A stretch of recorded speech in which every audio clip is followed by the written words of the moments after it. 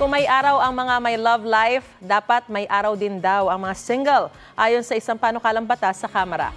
Alamin natin ang reaksyon ng masa sa Street Hit It, live ni Bam Alegre. Bam, kumusta mga single? Maris, good morning. Kung may panukalang batas para sa heartbreak leave, meron din daw para sa mga single. Narito ang Street Hit It.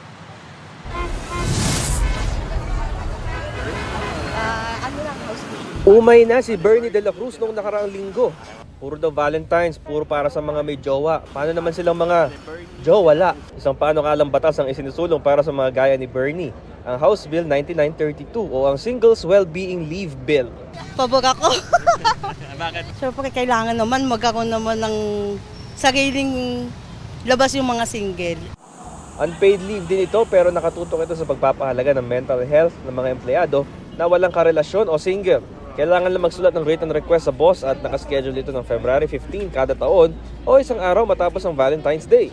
Aatasan din ng panukalang batas ang Department of Labor and Employment o DOLE at Civil Service Commission na maglatag ng guidelines para sa confidential emotional support ng mga empleyado. Hindi na po siguro kailangan yun. Kung single ka, wala kang jowa, ano mo na lang yung sarili mo sa trabaho, di ba?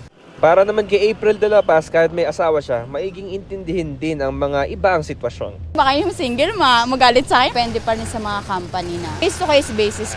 Ayon naman sa Employers Confederation of the Philippines, maganda ang intensyon ng panukala pero hindi makakabuti sa negosyo. Baka naman kahit walang dinaramdam, mag-file ng leave ang empleyado para lang ma-avail ang leave.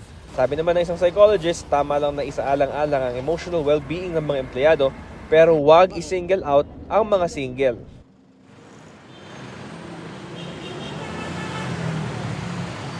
Maris, sa ibang bansa may mga ganitong inisyatibo rin daw, partikular na sa Japan at sa Korea. Ito ang Street Hit It mula rito sa Marikina, Bam Alegre, para sa GMA Integrated News. Mga kapuso, para una ka sa mga balita, mag-subscribe sa GMA Integrated News sa YouTube. Sa mga kapuso abroad, subaybayan niyo po kami sa GMA Pinoy TV at sa www.gmanews.tv.